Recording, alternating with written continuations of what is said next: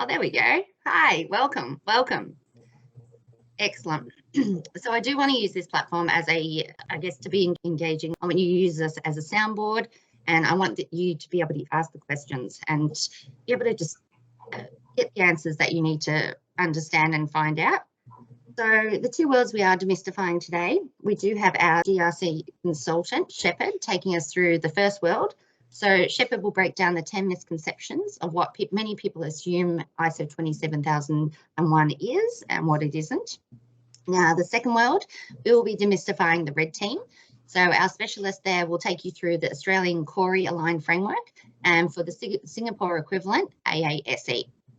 Now, our specialist will be Riley Kidd, who is head of the Privasec red team within the APAC region, and Quan Heng Lim, who is our regional head of Asia and principal consultant. My name is Lydia Benz. I'm the sales team lead for the Southern region, and I'll be your host today. Now, our first speaker, Shepard, he is our ISO 27001 superstar, who was recently awarded in 2020 for going above and beyond. So we had so many compliments about how he just goes above and beyond, from his work to his commitment, and he's certainly more deserving of the recognition.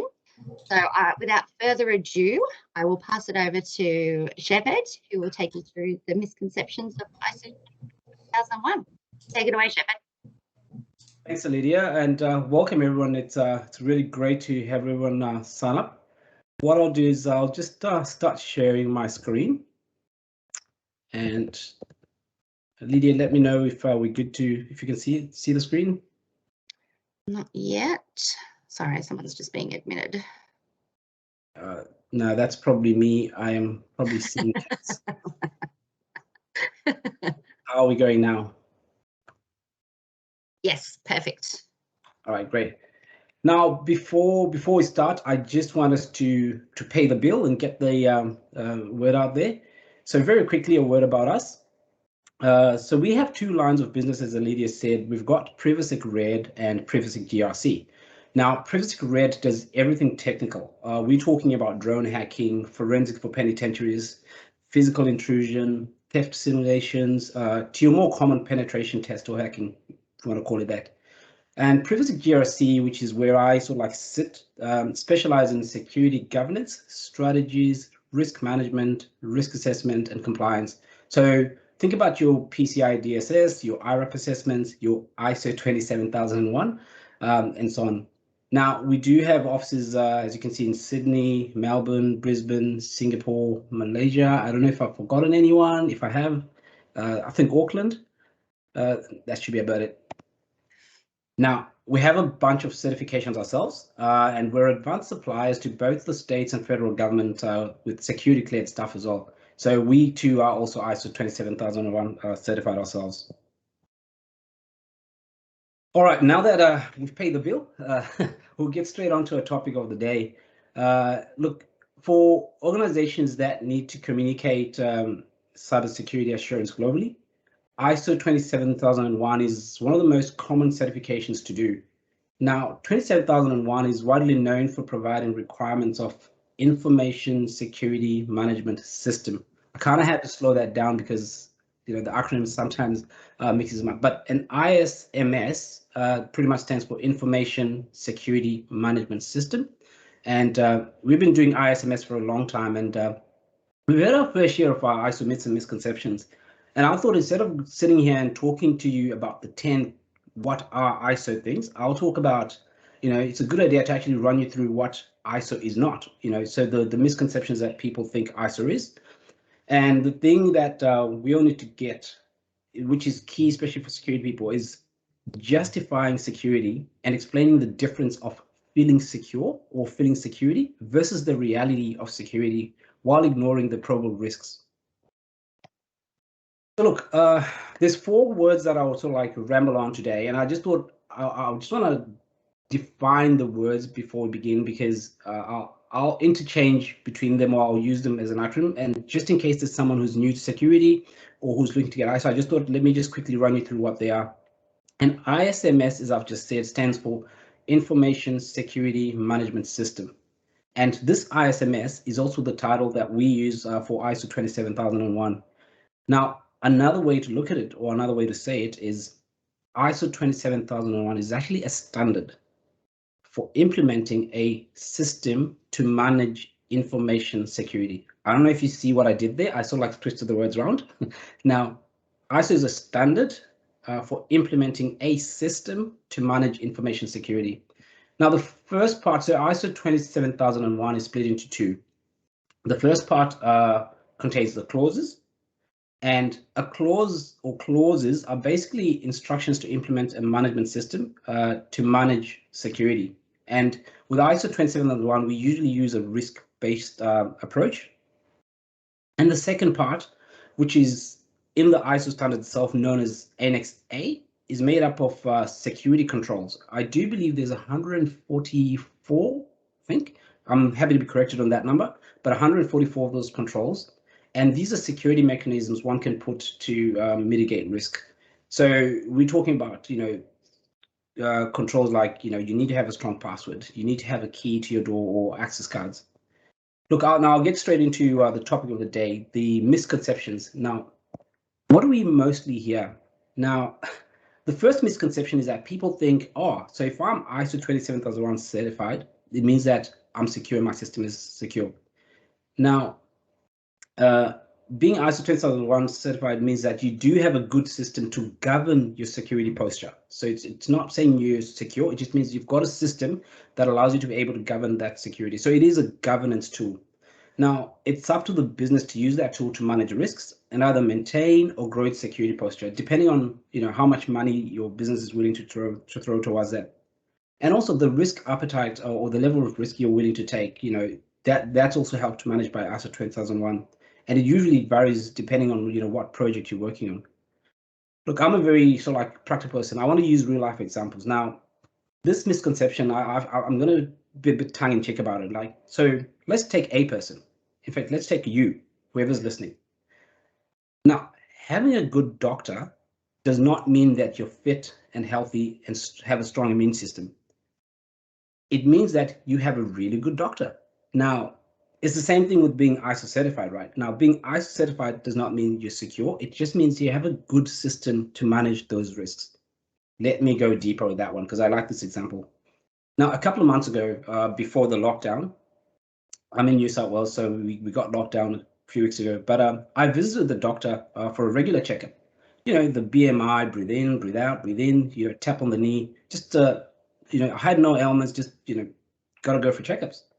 Now, at the end of that visit, I think myself as a pretty fit person, right? But at the end of that visit, he basically told me that I wasn't fit.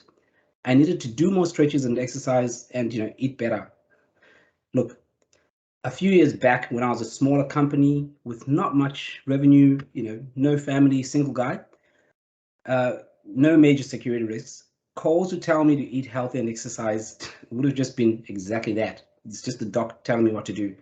It's a bit different now because, getting older, have a family, things are growing. So I'm now more risk averse or risk aware to my health as opposed to before. And that's the same with being ISO certified.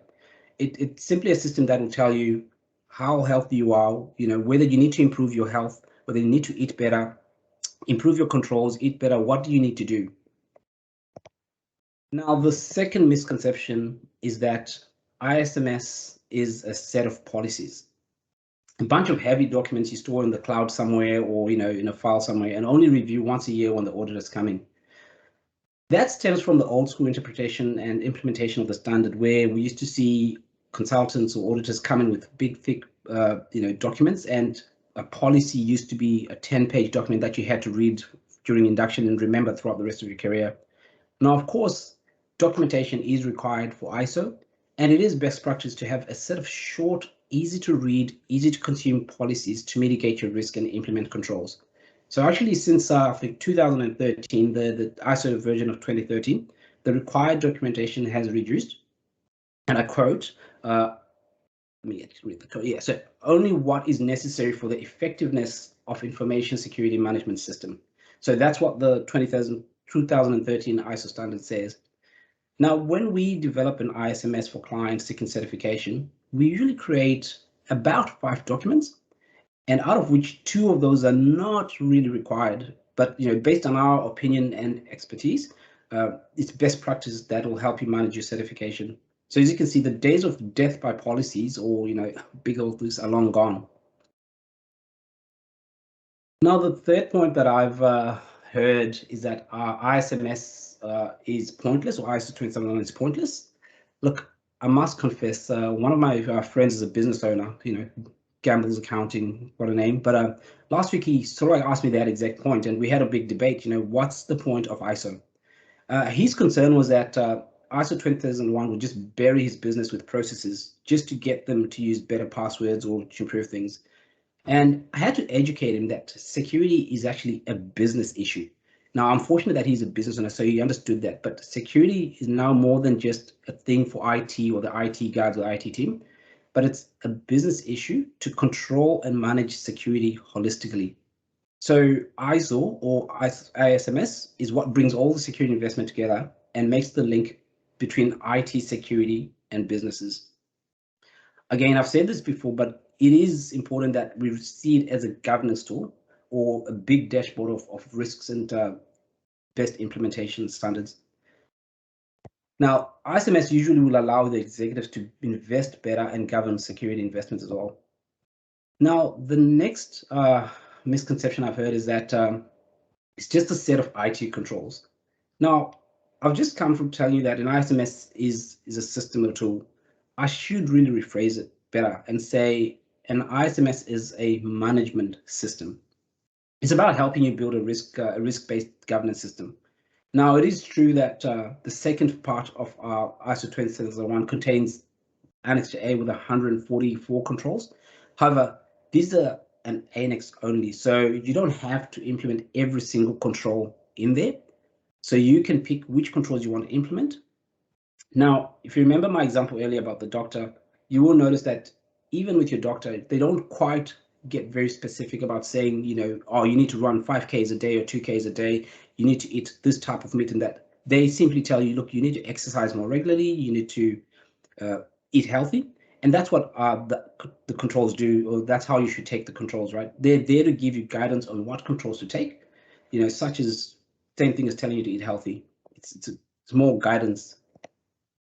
Now, the next misconception is a lot of people think you either have to be ISO certified or you have to be NIST certified or you have to use the NIST framework. Now, in the industry, there's folks that treat these standards like a football team. They've got to play allegiance to one team or another. You can't be both.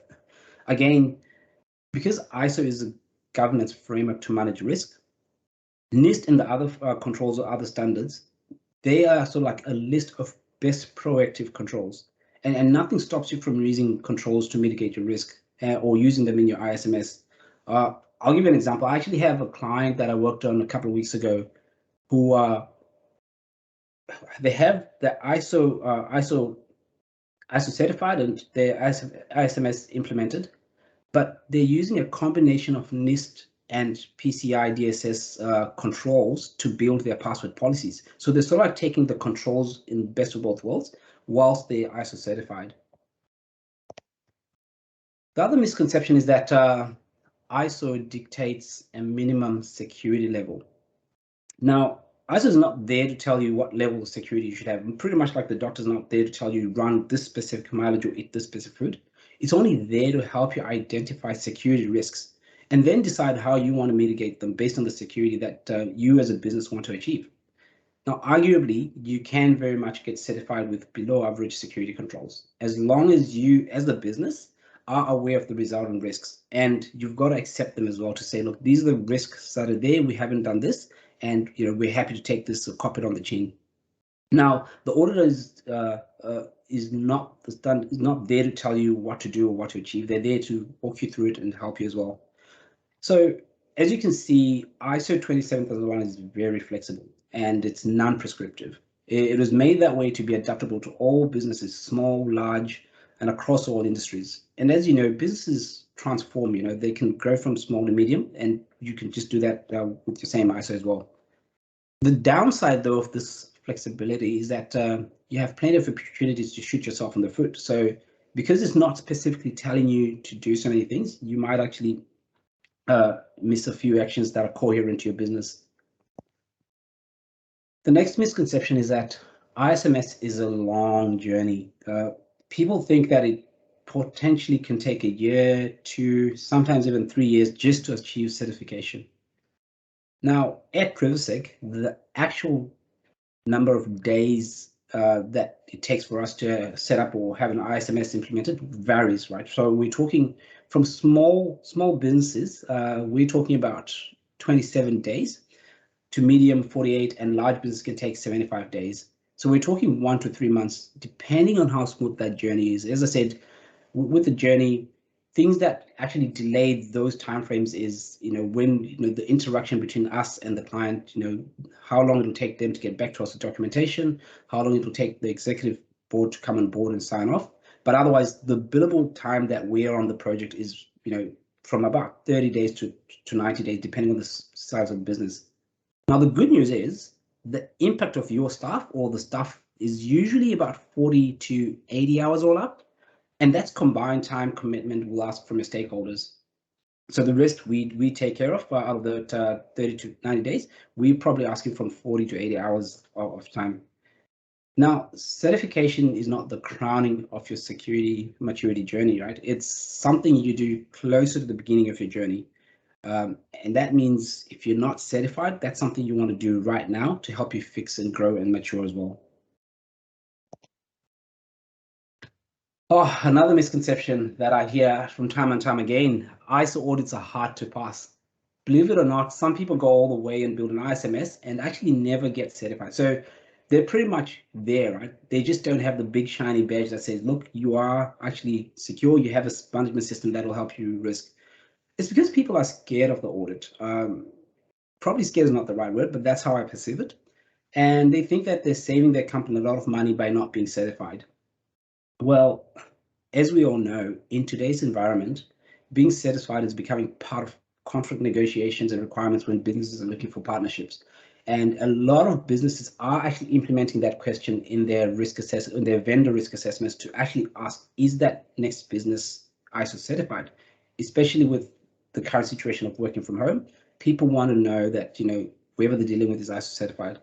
So the potential to increase in revenue a certificate brings far outweighs the cost of getting certified. And in many markets, high value tenders, you simply cannot play in that space without certification. Now, auditors are looking for compliance rather than for non-compliance, and their job is there to help you maintain an effective governance system. So it's not trying to make you fail an audit or ISO certification. It's more to ensure that you're compliant. But the ninth misconception I just want to focus on is ISMS is a luxury I can't afford. Now, I've just come from telling you that the misconception that certification is about money.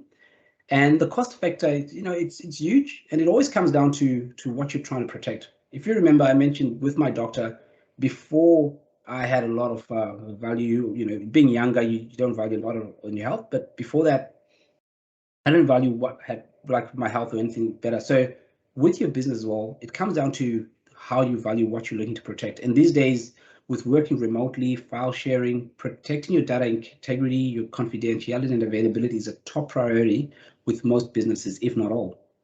Now, the days of information security being owned by the IT department are gone, hopefully.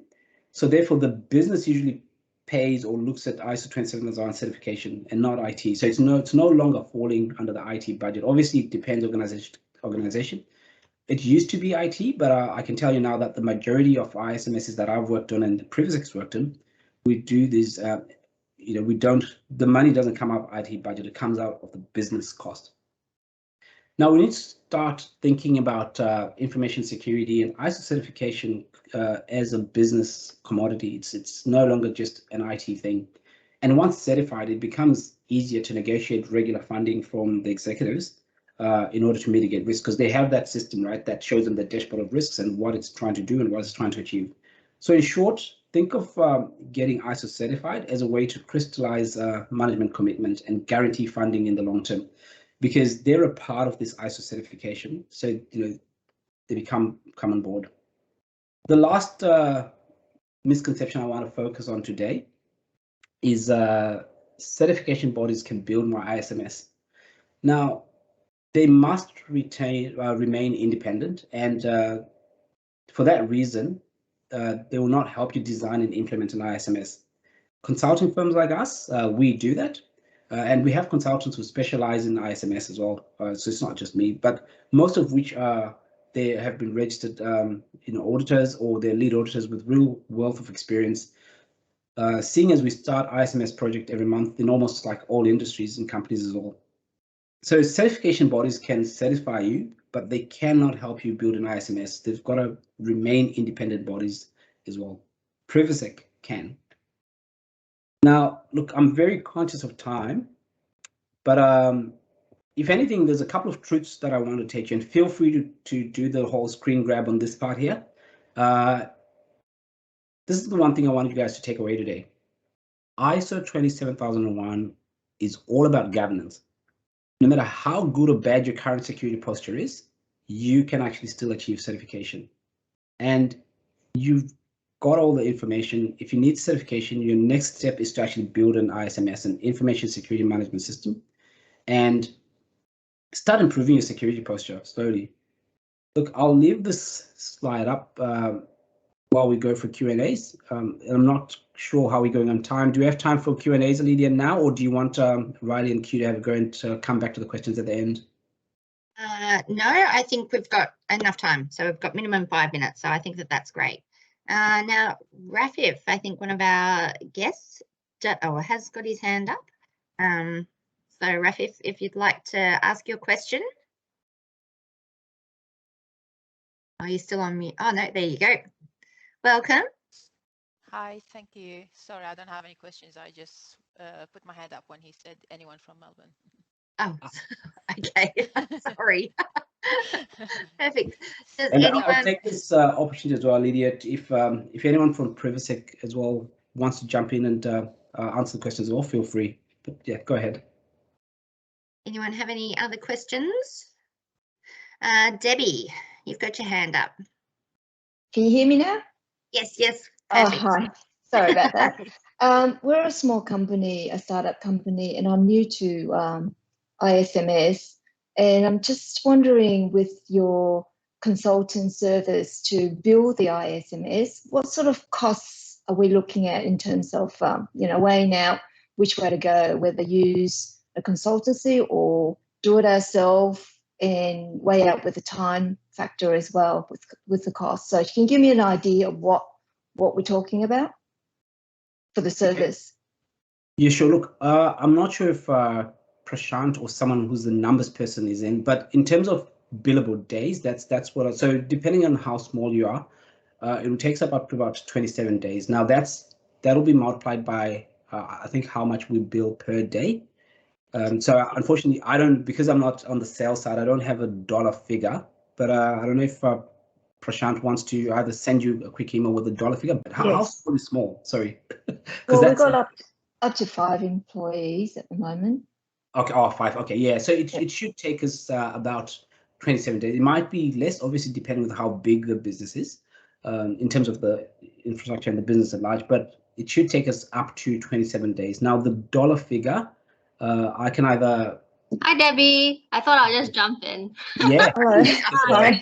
No, I mean, yeah, definitely we'll have a conversation with you later on just to figure out, because there are a few options to go around it. So you can look at some companies prefer to just jump in and give a bit of hand holding and guidance. And because they are small, they want to do it themselves. And that does save a lot of the cost because you implement everything yourself, and we just run a bit of a workshop with you and we guide you through the whole process. So that helps a bit. But there are a lot of businesses also where it's too time consuming for them and to train up their staff to do that, and they rather just outsource everything. And then, for example, like us, our team will come in and provide a turnkey solution where we do everything for you, we implement everything, and then that of course is a bit more costly as compared to the first option, but there are ways to work around it to tailor a customized sort of offering for you. So yeah, we can link you up with one of our sales staff who can actually walk you through and find out better about your needs and make sure like the solution they're recommending is a best fit for you. Okay, thank you. No worries. So we have another quick question that's come up. There we go.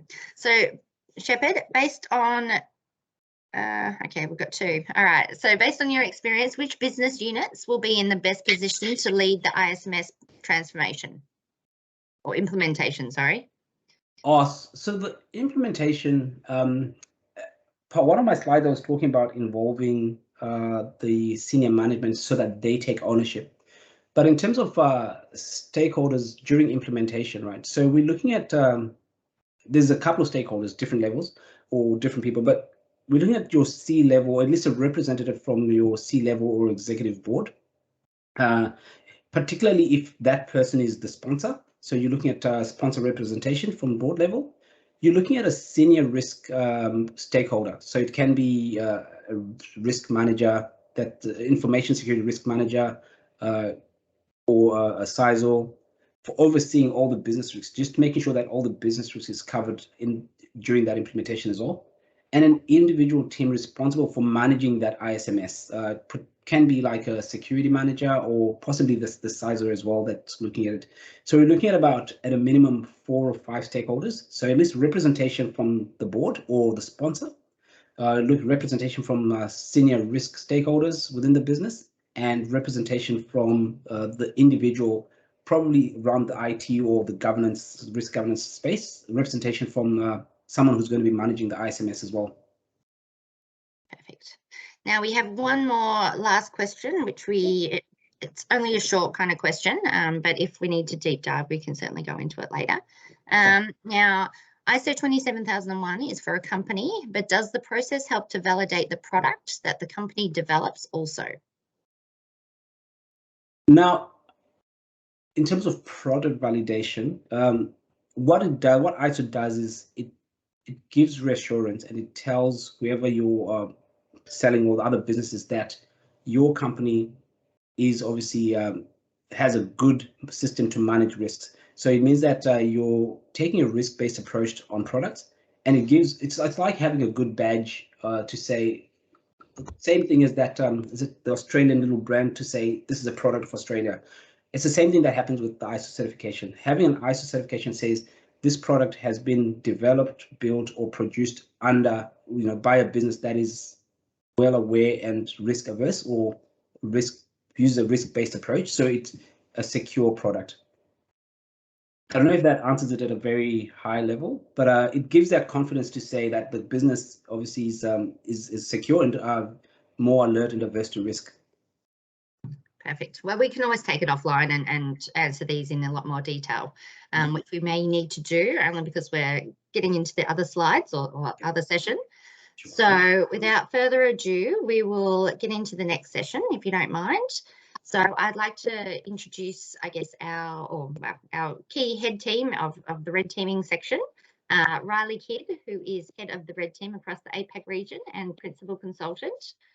So Riley has plenty of international experience building security teams, delivering technical projects and outcomes. So he's really, he's almost famous, I would have to say. Joining him is Kwan Heng Lim, who's our regional head of Asia and principal consultant.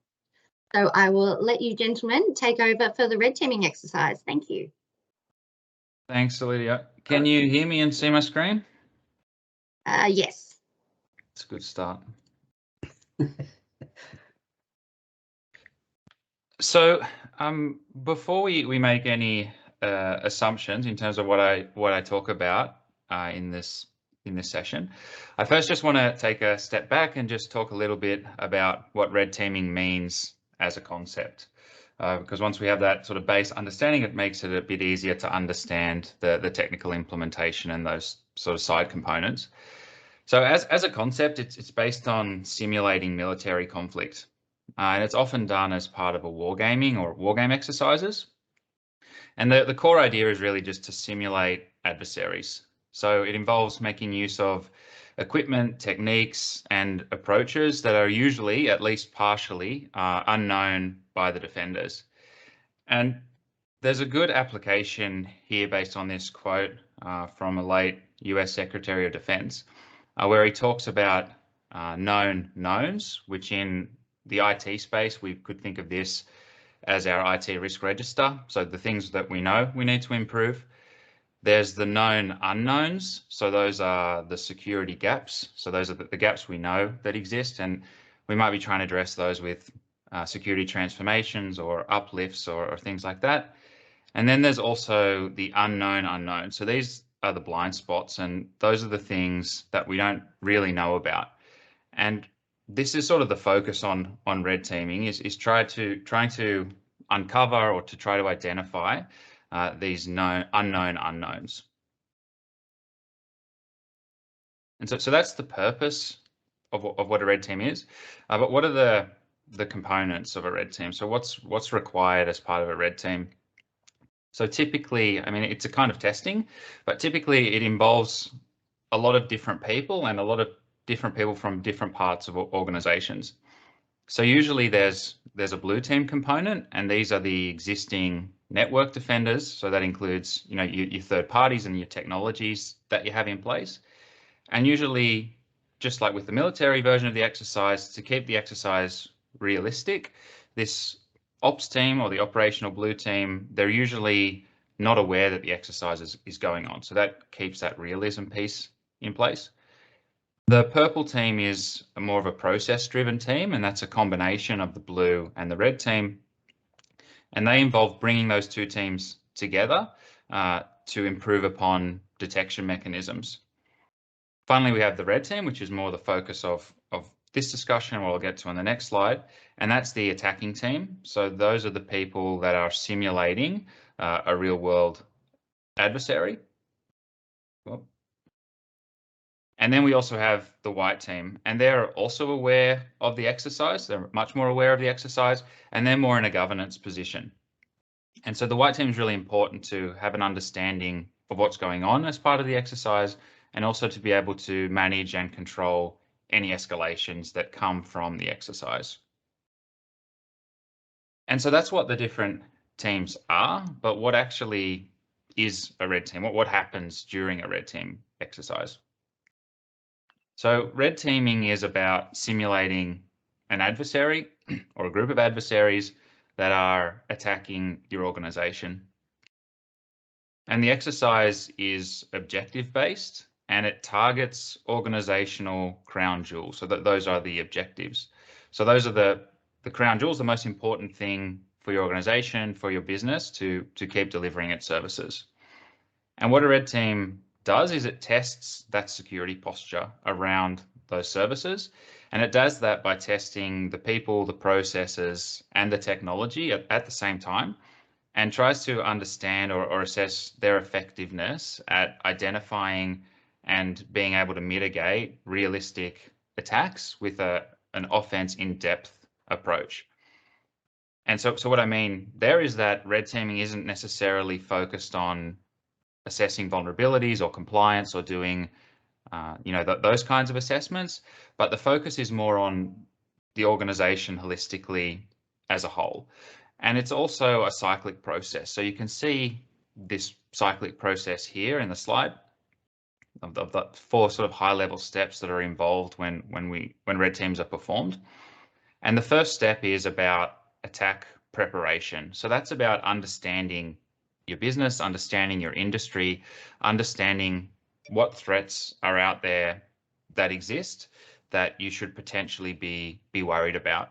And a recurring theme that we see a lot in the moment in industry, for example, are malware attacks, specifically ransomware, that are coming from essentially organized crime groups. And so this attack preparation, the threat intelligence, understanding the threat landscape, that derives or that creates sort of realistic scenarios that our team can then emulate. So that's the adversary emulation piece. So first it's understanding what are the adversaries, what is it that they're doing, how are they doing it? And then once we understand that, we move on to emulating them and trying to perform similar but much more controlled attacks to understand what your risk exposure looks like. And we do that in a number of ways.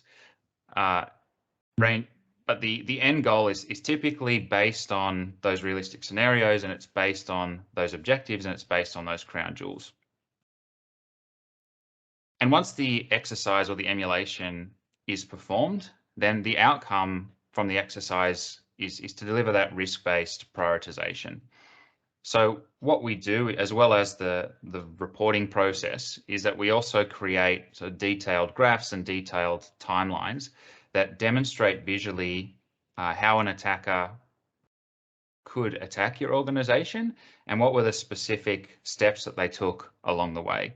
And what we see that helps organizations to do is it helps them understand and focus on certain areas with the end goal of improving the organization, improving the wider security environment in order to protect those crown jewels.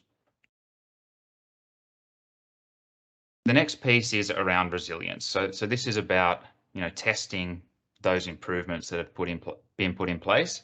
So this is where purple teaming comes into play. So this is where, for example, we could re-perform attacks that have already been performed, and we could assess whether or not, now that the blue team is aware of these attacks and aware of the processes that are involved and how an attacker could carry out this kind of attack, we identify whether or not, if it does happen again in the future, whether or not the blue team would be able to identify it and whether or not those controls are effective.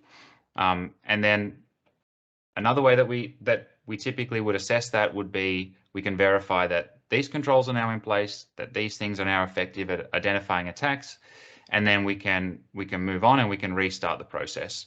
So as controls improve and as security improves over time, then what also happens is that the attackers also improve and they also pivot and they start performing new attacks and they start performing old attacks in different ways. And some of you might have heard of this CORIE acronym and sort of wondering how this all ties together. So CORIE stands for Cyber Operational Resilience Intelligence-Led Exercises. And CORIE is an Australian framework that specifies how red teaming needs to be performed. So you could see in the previous slide that there was a lot of steps and there was a lot of sub-steps involved as well. And so what CORIE does is it specifies, in order to have a red team that's got the CORIE stamp on it, these are the kind of things that you need to do, and this is the way that you need to do them. And the current focus of CORIE, which is in a pilot stage, is currently on Australian financial institutions. What we've seen with a bit more of a global focus, because there's also similar frameworks in other regions and in other countries, is that while the framework traditionally will start with the FSIs, it will usually expand out into other core industries. And it's also a good standard to align to per region, and Q will talk about a different region in just a moment, in terms of making sure that you're aligned with the kind of testing and the kind of steps that are expected from following these frameworks. So with that, I might hand over to Q. Great, thank you, Riley. Can all of you hear me? Okay, so the counterpart to CORIE in Singapore, at least for those based in Singapore, you probably have heard of AASE, which is the Adversarial Attack Simulation Exercise. So this was written up by the Association of Banks in Singapore. And one thing to note about this is these are meant as guidelines. It's not a regulatory requirement. Guidelines in delivering red team adversary simulations.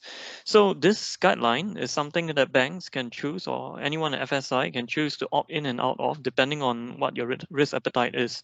So if you choose to focus on other attack vectors, or you want to align with other regulatory standards from around the region, such as ICAS or CBES, then that is at your discretion. Now, there is a comparison page later on, but in general, compared to other red teaming guidelines or frameworks, AASE does place a strong emphasis on simulated testing aspects, but it leaves a bit more leeway around your threat intelligence and assessment of response optional and less well-defined. And for AASE specifically, there is emphasis on using internal resources to deliver these aspects. So you might want to choose to use an internal team to do it instead, and to perform part of the testing engagement. So on this slide, we have just a quick chart around comparison of major industry standards. So any of these acronyms might sound familiar to you. There are only right now so many out there that are quite that are better known. So the first we have there is actually CBES. This was done by the Bank of England together with CRES. And next we have ICAS. That one was from HKMA, Hong Kong Monetary Authority. And then we have DIBA EU, which is Framework for Threat Intelligence-Based Ethical Rate Teaming. This is a EU-based framework. And of course, we have AASE and CORIE. And you can see when we break it down into different phases of each of these exercises, the emphasis does vary. There are some assumptions made by different standards. And for example, depending on the purpose or the intent of the standard, it might not include something like a risk assessment, because the assumption could be that it's included as part of another initiative. Now, what you can see here is on the right, Privasec Adversary Simulation Services. Now, because of how varied some of these standards are, we have come up with three main frameworks through which we do delivery of rate teaming. So the first, of course, is a CORIE based standard, which is something that Riley has been driving up for the last year or so. And we have CORIE aligned, a CORIE aligned approach also. And lastly, bespoke rate teaming, which can be as comprehensive as you like it to be. Now, for example, if I'm coming in from the perspective of alignment to AASE, which although it's a guideline created by the Association of Banks in Singapore, a lot of other critical industries has taken that up as a guideline to how to conduct a rate team exercise. Now, AASE, if you go by what the guidelines actually want you to do, it can be a bit lighter. And our offerings definitely will cover those areas. But say if you would like to do something a bit deeper, because the maturity of the security function in your organization can benefit from that, we're more than happy to align that with a bespoke exercise. Next slide, please. Yep. So now we talk about some of the benefits on how we can help and what you get out of it.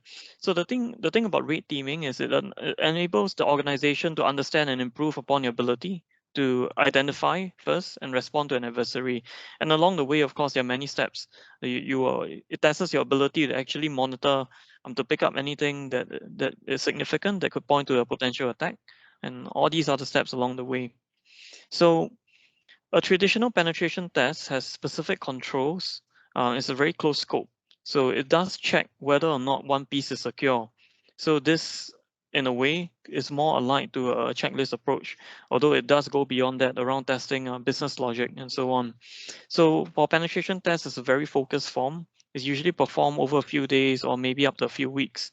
Now, the difference between this and the rate team exercise is the rate team exercise focuses on multiple weaknesses to test the depth of your security capability. So like Riley mentioned, testing your unknown unknowns. And this is the scope of it is typically around an organization, not a specific IP range or specific host name.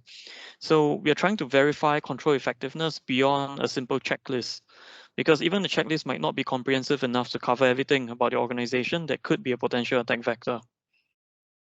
So it's extended form engagement over a period of a few weeks. So we have different objectives such as data exfiltration or testing a specific product or specific response capability.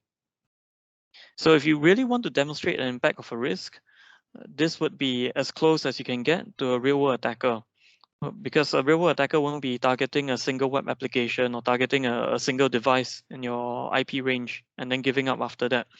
So the focus is on people, process, and technology across the full spectrum, which could exist within a business. So this is all about things that we don't know, and we want to cover that whole spectrum. So this is what the benefits of a rate team exercise. So with that, we have come to the end of the structured presentation, and we open the floor to Q&A. And of course, if no one wants to volunteer any questions, I'll take this opportunity to grill Riley. Although I think he'll get back at me later.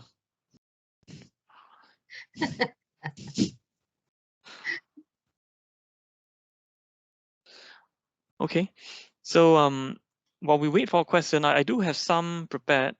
They've come up as common questions that our customer ask us. So one of the first things that come up, because red teaming is such a new thing, unless you're a very mature organization, you're dealing with, you're in a critical industry, you might not have actually done it, even though you've heard of it.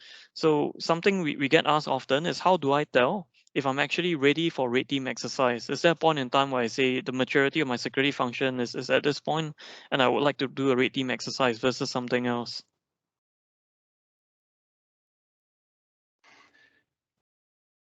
You didn't send me these in advance, Q. I'm sorry, I just came up with this. But it is something we do get asked quite often. Yeah, it's a good question. Yeah, the unfortunate reality of that is that it's going to be a case by case answer, because it really depends typically on what it is that you're trying to achieve. So what is the outcome that you're looking for? And what we sort of typically see is that the outcomes are usually grouped into sort of buckets, let's say. Sometimes the buckets look more like people that are trying to get budgets, so they know about security problems, but what they're really missing is the impact, and how can they demonstrate, you know, to C or to the board, how can they demonstrate this problem over here, what that impact really looks at. And so we help people to demonstrate that impact, because we focus on the crown jewels. One of the first scoping questions we sort of ask is, what's the worst thing that can happen to your business, and then we try to do it. That's sort of in a nutshell what we try to get achieved in a red team. And so that really helps to demonstrate that impact. And that's also usually driven by the objectives, so what it is that we're focusing on, what it is we're trying to get access to or to achieve. So that's one. The other thing that we see is that the regulatory piece. So some businesses, they have to do it, so they do it. So that's the other one. And then the third one is the organizations that think they're secure or they're not really sure, so they're sort of somewhere in between, and they just want to have a red team perform because they're looking for that holistic picture. They've done the scanning of the IPs, they think they understand their external exposure, and now they want to really understand and see, how does it all tie together? Are we as secure as we think we are, or are there some things that we don't know about that we should be worried about? Yep, that perfectly makes sense. Yep. It's Prashant here. I have a question for both Riley and Q, if I may.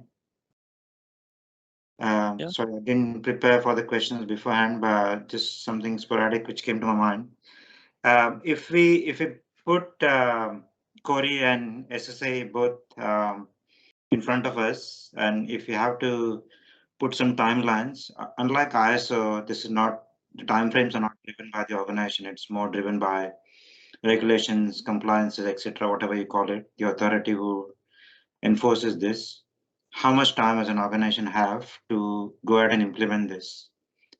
And how much time they should give themselves to go ahead and implement this? So I'll have a crack at it, and then feel free, Q. In terms of having it performed, it again depends. So with CORIE specifically, depending on the tier of your FSI, the documentation specifies the number of scenarios that you have to have performed. And so that directly relates to the time that it takes.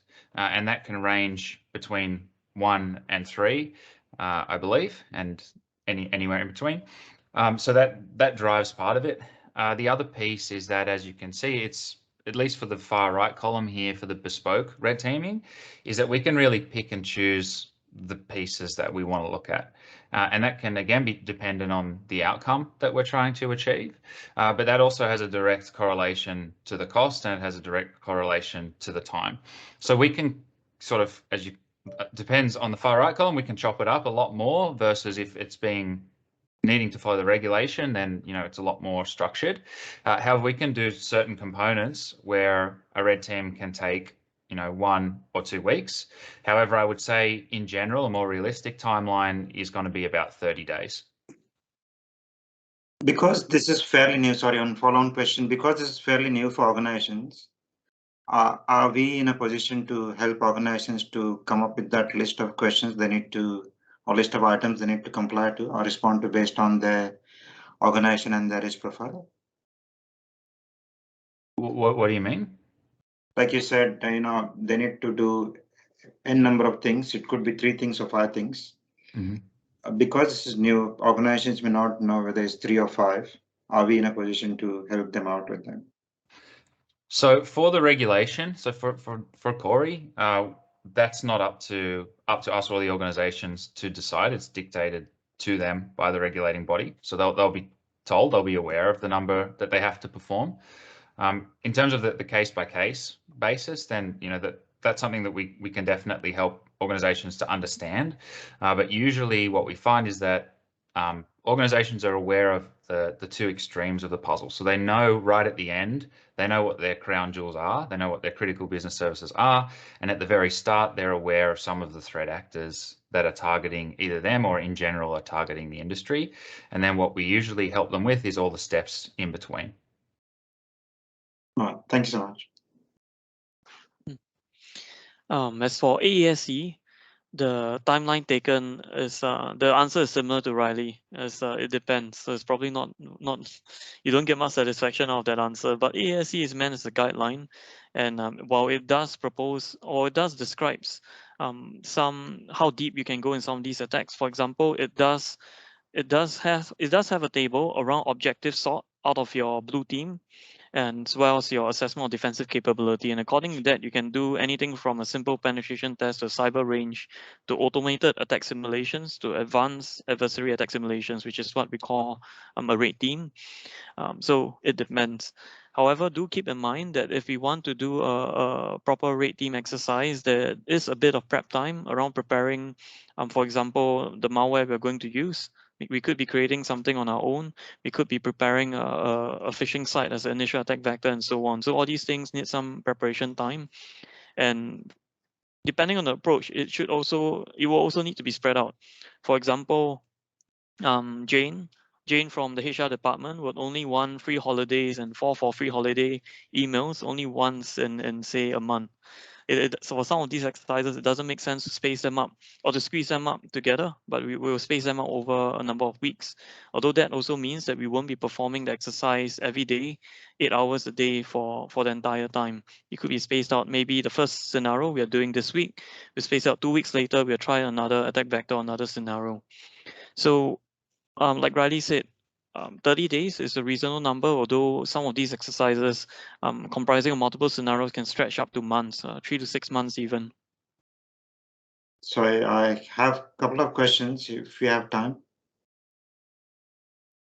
If we don't meet the requirements enforced, is there a fine penalty on organizations?